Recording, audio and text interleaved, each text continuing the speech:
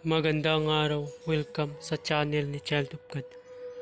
Ngayon, ibahagi ko sa inyo ang aking kalaman sa karunungang lihim. Narito, orasyon upang manatiling bata ang mukha. At kung bago ka pa lamang sa channel na ito, huwag kalimutan mag-subscribe and click the bell icon para laging update sa mga bagong video na ina-upload ko. Maraming salamat.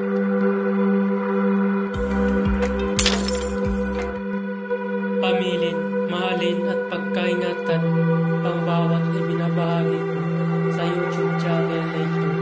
Ang kapangyarihan at kapalungkit ko ay lukhang kaibago. Gamitin lamang sa kabutihan at pagganap ng kalooban ng Diyos. Maging huwarang at laging sa pusong isip ang itong layunin. Una, sa buhay ang apat na ganitong simulay, maka-Diyos, makabayan at makatao, makakalikasan. Pangalawa, isagawa ang pag-ibig sa Diyos. Pananampalataya at pag-asa sa pamamagitan ng dagat. Pangatlo, isakatuparan ang kabutihan, pag-iwan, kalinisan at tiwala, kabalisayan, at nababaan ng kalooban.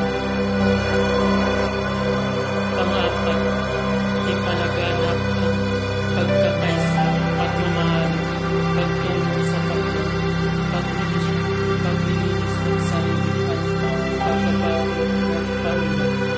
Pangalawa, magkaroon ng pag-aagalangan, pag-unawagan at pagmamahalan sa isa't isa bilang kapwa-tao.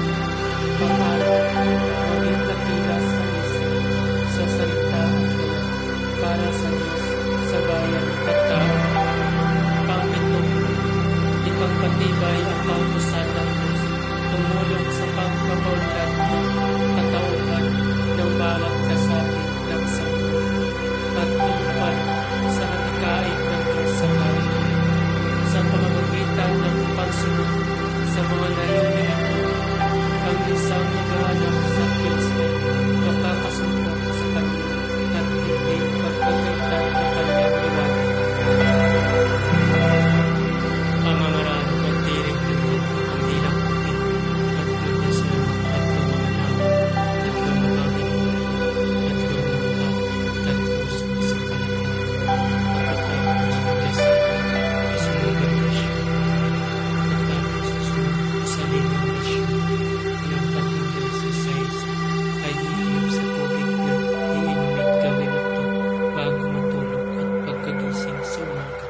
Maraming salamat. Narito ang orasyon.